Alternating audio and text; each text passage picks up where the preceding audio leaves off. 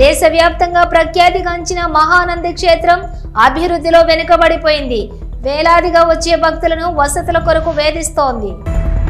ప్రఖ్యాతిగాంచిన మహానంది క్షేత్రం అభివృద్ధిలో వెనుకబడిపోయింది. వేలాదిగా వచ్చే భక్తులను వసతుల కొరకు వేధిస్తోంది. క్షేత్రం సుందరీకరణ, వసతుల కల్పనకు చేపట్టిన పనులన్నీ మధ్యలోనే ఆగిపోయాయి.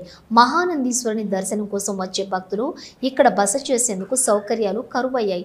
నిత్యం పెద్ద సంఖ్యలో యాత్రికులు పుణ్య స్నానాలు ఆచరించే కోనేర్లు అధ్వానంగా మారాయి. వాటి మెట్లు ప్రమాదాలకు కారణమవుతున్నాయి. క్షేత్రం పరిధిలో ఆహ్లాదం కరువైంది. దీంతో మహానందీశ్వరుని భక్తులు మనోవేదన చెందుతున్నారు.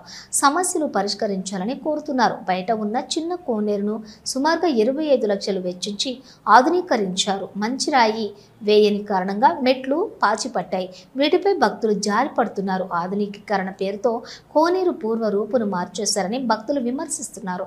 ఆలయం చుట్టూ ఆహ్లాదకరమైన పార్కు ఏర్పాటు చేసేందుకు చేపట్టిన పనులు ఏడాదిగా ఆగిపోయాయి. ఇప్పటి వరకు ఇక్కడ నల్లటి కృష్ణశిలతో నంది విగ్రహాన్ని ఏర్పాటు చేశారు. దీని చుట్టూ వృత్తాకారంలో ఉద్యానవనం తీర్చిదిద్దాలని భావించారు. నీటి ఫౌండేషన్, రంగురంగుల విద్యుత్ దీపాలు ఏర్పాటు చేసినా ఉపయోగంలోకి తీసుకురాలేదు. ఆలయ మాడవీధుల చుట్టూ కాంక్రీట్ కట్ట నిర్మించి ఇనుప గ్రిల్ ఏర్పాటు చేశారు. మొక్కలు పెంచి భక్తులు కూర్చునేందుకు వీలుగా బెంచీలు ఏర్పాటు చేయాల్సి ఉన్నా ఈ పనుల గురించి పట్టించుకునేవారు కరువయ్యారు.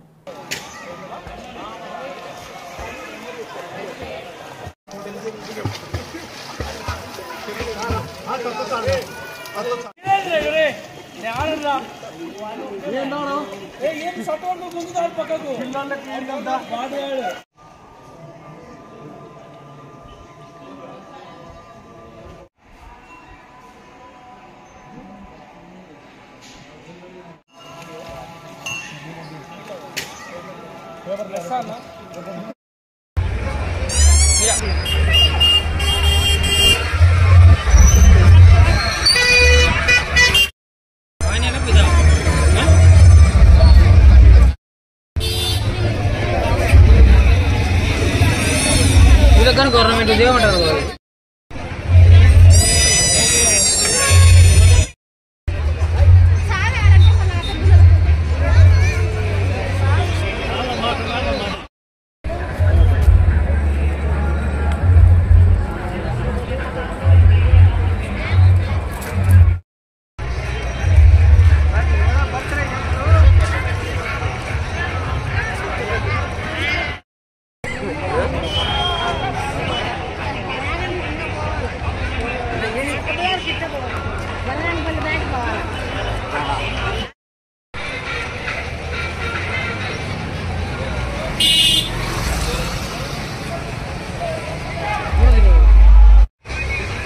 ఎవరమ్మా